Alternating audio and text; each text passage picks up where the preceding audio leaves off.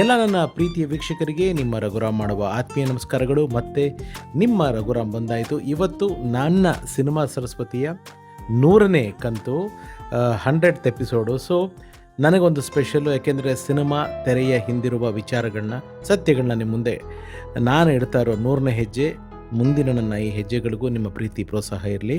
ಹಾಗಾಗಿ ಈ 100ನೇ ಸಂಚಿಕೆಯ 100ನೇ ಕಂತಿನ ಒಂದು ವಿಶೇಷ ಕತೆ, ಚಿತ್ರರಂಗದ ನನ್ನ ಒಬ್ಬ ಆತ್ಮೀಯ, ಒಬ್ಬ ಹಿರಿಯಣ್ಣಂತರ, ನನ್ನ ಕಷ್ಟದ ಸಮಯಗಳಲ್ಲಿ ನನಗೆ ಜೊತೆಯಾದ ಸಂಗೀತ ನಿರ್ದೇಶಕರು, ಸಂಗೀತ ಮಾಂತ್ರಿಕರು ವಿ ಹರಿಕೃಷ್ಣ ಅವರ ವಿಚಾರನ ಹೇಳ್ಕೋಬೇಕು ಅಂತ ನನಗೆ ಆಸೆ ಆಯಿತು.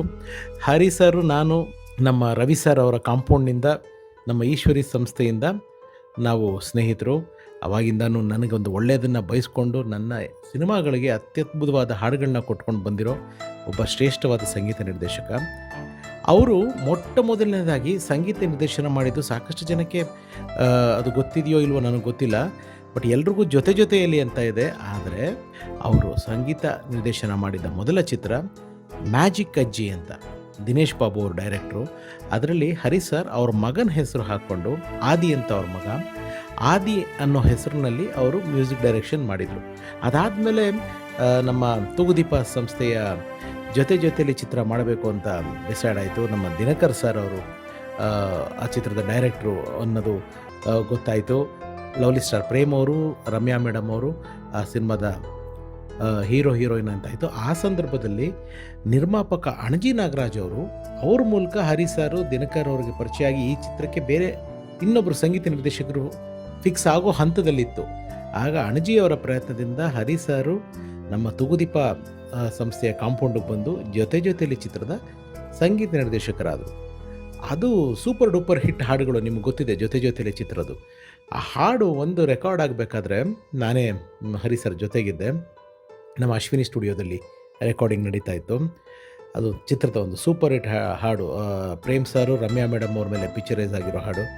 ಓ ಗುಣವಂತ ನೀನೆಂದು ನನ್ನ ಸ್ವಂತ, ನಮ್ಮ ನಾಗೇಂದ್ರ ಪ್ರಸಾದ್, ಡಾಕ್ಟರ್ ವಿ ನಾಗೇಂದ್ರ ಪ್ರಸಾದ್ ಅವರ ಸಾಹಿತ್ಯ. ಈ ಸಾಂಗು ರೆಕಾರ್ಡಿಂಗು, ಆ ಹಾಡು ನಾನು ಕೇಳಿದೆ ಹರಿ ಸರ್ ಈ ಹಾಡು ಹೆಂಗೆ, ನಿಮ್ಗೆ ಇದಕ್ಕೇನು ಇನ್ಸ್ಪಿರೇಷನ್ ಅಂದಾಗ, ಏನಿಲ್ಲ ಸರ್ ನಮ್ಮ ಗುರುಕುಲನೇ ಇನ್ಸ್ಪಿರೇಷನ್ ಅಂದರು. ಗುರುಕುಲನ ರವಿ ಸರ್ದ ಯಾವುದು? ಹರಿ ಸರ್ ಹಂಸಲೇಖ ಸರ್ ರವಿ ಸರ್ದ ಹಾಡೇ ಈ ಹಾಡಿನ ಹುಟ್ಟಿಗೆ ಕಾರಣ ಸರ್. ಯಾವುದು? ಆ ಹಾಡೇ ಕಲಾವಿದ ಚಿತ್ರದ್ದು, ನಮ್ಮ ಈಶ್ವರಿ ಸಂಸ್ಥೆಯ ಕಲಾವಿದ ಚಿತ್ರದ್ದು, ರವಿ ಸರ್ ಹಂಸಲೇಖ ಸರ್ ಕಾಂಬಿನೇಷನ್ದು. ಅಂಧಕಾರ ಅಳಿಮಯ್ಯ ಚಂದ್ರನಂತೆ ನೀನಯ್ಯ, ಓ ಗುಣವಂತ ನೀನೆಂದು ನನ್ನ ಸ್ವಂತ. ಅಂದರೆ ಆ ಹಾಡಿನ ಸ್ಫೂರ್ತಿ ಈ ಹಾಡಿನ ಹುಟ್ಟಿಗೆ ಕಾರಣ ಆಯಿತು. ಆ ಹಾಡು ಎಷ್ಟು ದೊಡ್ಡ ಹಿಟ್ಟಾಗಿದೆ ಅನ್ನೋದು ನಿಮಗೆ ಗೊತ್ತಿದೆ. ಒಂದು ಕನ್ನಡ ಚಿತ್ರದ ಅದ್ಭುತವಾದ ಹಾಡಿನ ಸ್ಫೂರ್ತಿಯಿಂದ ತಯಾರಾದ ಇನ್ನೊಂದು ಅದ್ಭುತವಾದ ಗೀತೆ ಬಗ್ಗೆ ಕೂಡ ನಾನು ಹೇಳೋದಕ್ಕೆ ಇಷ್ಟಪಡ್ತೀನಿ. ಮುಂಗಾರು ಮಳೆ ಚಿತ್ರ ಯಾರಿಗೂ ಗೊತ್ತಿಲ್ಲ. ನಮ್ಮ ಗೋಲ್ಡನ್ ಸ್ಟಾರ್ ಗಣೇಶ್ ಅವರ ಅಭಿನಯ, ಯೋಗರಾಜ್ ಭಟ್ ಸರ್ ಅವರ ನಿರ್ದೇಶನ, ಮನೋಮೂರ್ತಿ ಸರ್ ಅವರ ಕಂಪೋಸಿಷನ್ನು. ಅದು ದೊಡ್ಡ ಕನ್ನಡದಲ್ಲಿ ಒಂದು ಕಲ್ಟ್ ಸಿನಿಮಾ, ಕಲ್ಟ್ ಸಾಂಗ್ಸ್ ಅಂತ ಹೇಳಿದ್ರೆ ತಪ್ಪಾಗಲ್ಲ. ಎಷ್ಟೋ ಅನ್ಯ ಭಾಷಿಗರು ಕೂಡ ಆ ಹಾಡುಗಳನ್ನ ಗುಣಗಿಸುವಂಥ ಒಂದು ಟ್ರೆಂಡು ಅವತ್ತಿನ ದಿವಸದಲ್ಲಿ ಕನ್ನಡ ಇಂಡಸ್ಟ್ರಿ ಕ್ರಿಯೇಟ್ ಆಗಿತ್ತು. ಇವತ್ತಿಗೂ ಮುಂಗಾರು ಮಳೆ ಒಂದು ದಾಖಲೆನೆ.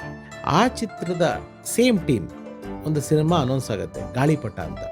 ಅದರಲ್ಲಿ ಗಣೇಶ್ ಸರ್ ನಾಯಕ ನಟರು, ನಮ್ಮ ಯೋಗರಾಜ್ ಭಟ್ ಸರ್ ನಿರ್ದೇಶಕರು, ಮ್ಯೂಸಿಕ್ ಡೈರೆಕ್ಟರ್ ಮಾತ್ರ ಚೇಂಜ್ ಆಗ್ತಾರೆ. ಮನೋಮೂರ್ತಿ ಸರ್ ಬದಲು ವಿ ಹರಿಕೃಷ್ಣ ಅವರು ಆ ಚಿತ್ರಕ್ಕೆ ಆಯ್ಕೆ ಆಗ್ತಾರೆ. ಆವಾಗ ಆ ಸಂದರ್ಭದಲ್ಲಿ ಹರಿ ಸರು ಎಷ್ಟು ದೊಡ್ಡ ಚಾಲೆಂಜ್ ಅಂತಂದರೆ, ಏಕ್ದಮ್ ಸೇಮ್ ಹೀರೋ ಸೇಮ್ ಡೈರೆಕ್ಟರ್ ಅಂತ ಇರೋಂಗೆ ಅಷ್ಟು ದೊಡ್ಡ ಹಿಟ್ಟಾಗಿರೋ ಸಿನಿಮಾಗೆ ಹಾಡಿಗೆ ಕಂಪೇರ್ ಮಾಡಿಬಿಡ್ತಾರೆ. ಅಂದರೆ ಆ ಸಿನಿಮಾ ಹಾಡಷ್ಟು ನಾವು ಚೆನ್ನಾಗಿ ಮಾಡಬೇಕು ಅನ್ನೋದಕ್ಕಿಂತ ಹೆಚ್ಚಾಗಿ ಎಲ್ಲೂ ಕೂಡ ಕೊರತೆ ಆಗಬಾರ್ದು ಅನ್ನೋದು ಹರಿ ಸರ್ ಅವರ ಕಾಳಜಿ ಆಗಿತ್ತು. ಮುಂಗಾರು ಮಳೆ ಅಷ್ಟು ವೈಡಾಗಿ ಅಕ್ಸೆಪ್ಟ್ ಮಾಡಿದ್ಮೇಲೆ ನಾವು ಮಾಡೋ ಹಾಡು ತೀರಾ ರಿಜೆಕ್ಟ್ ಆಗಬಾರ್ದು, ಫಸ್ಟು ಹಿಟ್ ಮಾಡಬೇಕು, ದೊಡ್ಡ ಸಾಧನೆ ಮಾಡಬೇಕು ಅನ್ನೋದಕ್ಕಿಂತ ಹೆಚ್ಚಾಗಿ ಅವ್ರ ಕಾಳಜಿ ಇದ್ದಿದ್ದು ಇದು ಜನಕ್ಕೆ ತಲುಪಿಸ್ಬೇಕು, ಅವ್ರಿಗೆ ಇಷ್ಟ ಆಗುವಾಗ ಮಾಡಬೇಕು ಅಂತ. ಸೊ ಆ ನಿಟ್ಟಿನಲ್ಲಿ ಗಾಳಿಪಟ ಹಾಡುಗಳು ಯಾವ ರೇಂಜಲ್ಲಿ ಹಿಟ್ಟಾಯಿತು ಅನ್ನೋದು ನಿಮಗೆ ಗೊತ್ತು.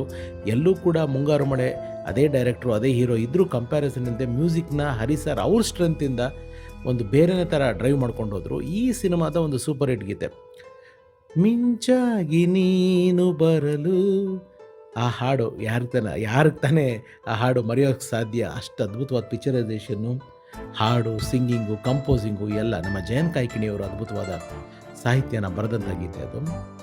ಈ ಹಾಡಿನ ಸ್ಫೂರ್ತಿಗೆ ನಮ್ಮ ವಿಷ್ಣುದಾದ ಹೆಂಗೆ ಅಂತಂದರೆ, ನಮ್ಮ ಭಾರ್ಗವ ಸರ್ ಅವರ ನಿರ್ದೇಶನದಲ್ಲಿ ದಾದಾ ಹಾಗೂ ರಾಮಕೃಷ್ಣ ಅವರು ಒಟ್ಟಾಗಿ ಅಭಿನಯಿಸಿರುವ ಗೀತೆ ಒಂದೇ ಗುರಿ ಚಿತ್ರದ್ದು.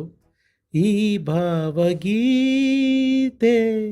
ನಿನಗಾಗಿ ಹಾಡಿದೆ, ಅನುರಾಗ ನನ್ನನು ಕವಿಯಾಗಿ ಮಾಡಿದೆ. ಯಾವ ಹಾಡಿನ ಒಂದು ಇನ್ಸ್ಪಿರೇಷನು ನಾವೆಲ್ಲ ಕೇಳಿ ಬೆಳೆದಿರ್ತೀವೋ ಅದು ನಾವು ಕೆಲಸ ಮಾಡುವಂಥ ಸಂದರ್ಭದಲ್ಲಿ ಹರಿಸರ್ಗೆ ಪರ್ಸ್ನಲಿ ಈ ಹಾಡು ತುಂಬ ಫೇವ್ರೆಟ್ಟು. ಅವ್ರು ಬಹಳ ಕೇಳೋರಂತೆ, ಎಂಥ ಒಳ್ಳೆ ಕಂಪೋಸಿಷನ್ ಇದು ಅಂತ. ಆ ಹಾಡು ಇವ್ರು ಇನ್ನೊಂದು ಅದ್ಭುತವಾದ ಹಾಡು ಸೃಷ್ಟಿಸೋಕ್ಕೆ ಸ್ಫೂರ್ತಿಯಾಗುತ್ತೆ ಅಂದರೆ ನಿಜಕ್ಕೂ ಅದೇ ಸಿನಿಮಾದ ಮ್ಯಾಜಿಕ್ ಅಂತ ಹೇಳೋದು.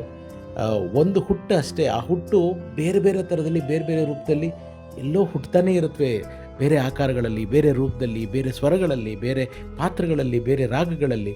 ಸೊ ಸಿನಿಮಾ ಅನ್ನೋದೇ ಹೀಗೆ, ಅದೊಂದು ಮಾಯೆ. ಸೊ ಇದು ನನ್ನ ಸಿನಿಮಾ ಸರಸ್ವತಿಯ 100ನೇ ಸಂಚಿಕೆ ಆಗಿದ್ದರಿಂದ ನಾನು ಹರಿಸರ್ ಅವರ ಜೊತೆಗಿದ್ದು ಟ್ರಾವೆಲ್ ಮಾಡಿ ಸಾಕಷ್ಟು ವಿಚಾರಗಳನ್ನ ಅವರ ಹಾಡಿನ ಹಿಂದಿರುವ ಕಸರತ್ತುಗಳು, ಸತ್ಯಗಳನ್ನ ತಿಳಿದಿರೋದ್ರಿಂದ ಈ ಒಂದು ಸಂದರ್ಭಕ್ಕೆ ಈ ಕಥೆನ ಹೇಳಬೇಕು ಅಂತ ಅನ್ನಿಸ್ತು. ಹರಿಕೃಷ್ಣ ಅಂತ ಒಬ್ಬ ಅದ್ಭುತವಾದ ಸಂಗೀತ ನಿರ್ದೇಶಕ ಇನ್ನಷ್ಟು ಒಳ್ಳೊಳ್ಳೆ ಹಾಡುಗಳು ನಮ್ಮ ಕನ್ನಡ ಚಿತ್ರರಂಗಕ್ಕೆ ಕೊಡಬೇಕು. ಯಾಕೆಂದರೆ ಅವ್ರಿಗೆ ಜನದ ಪಲ್ಸು ತುಂಬ ಚೆನ್ನಾಗಿ ಗೊತ್ತು. ಅವ್ರು ಯಾವಾಗಲೂ ಹೇಳ್ತಾರೆ, ಸರ್ ನಾನು ರೋಡಲ್ಲಿ ಬೆಳೆದವನು, ನನಗೆ ಗೊತ್ತು ರೋಡಲ್ಲಿ ಓಡಾಡೋ ಜನಗಳು ಯಾವ ರೀತಿ ಹಾಡುಗಳನ್ನ ಇಷ್ಟಪಡ್ತಾರೆ ಅಂತ. ಸೊ ಮಾಸ್ಗಿರ್ಬೋದು, ಕ್ಲಾಸ್ಗಿರ್ಬೋದು, ಈಸ್ ಪರ್ಫೆಕ್ಟ್. ದರ್ಶನ್ ಸರ್ ಅವರ ಹಾಡಲ್ಲಿ ಬರುತ್ತಲ್ಲ, ನಾನು ಕ್ಲಾಸಿಗೆ ಮಾಸಿಗೆ ಬಾಸ್ ಅಂತ, ಆ ಥರ ಇವರು ಕ್ಲಾಸ್ ಹಾಡಿಗಿರ್ಬೋದು, ಮಾಸ್ ಹಾಡಿಗಿರ್ಬೋದು, ಅದ್ಭುತವಾದ ಸಂಗೀತ ನಿರ್ದೇಶಕ ಅಂತ ಹೇಳಿದ್ರೆ ತಪ್ಪಾಗಲ್ಲ. ಸೊ ಇದಾಗಿತ್ತು ಇವತ್ತು ನನ್ನ 100ನೇ ಕಂತಿನ ಸಿನಿಮಾ ಸರಸ್ವತಿ.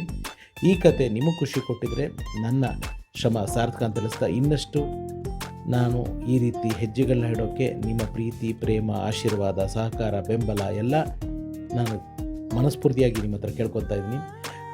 ಎಲ್ರಿಗೂ ಒಳ್ಳೆಯದಾಗಲಿ. ಸರ್ವೇ ಜನ ಸುಖಿನೋ ಭವಂತು. ನಾನು ನಿಮ್ಮ ರಘುರಾಮ್. Love you all. ನಮಸ್ಕಾರ.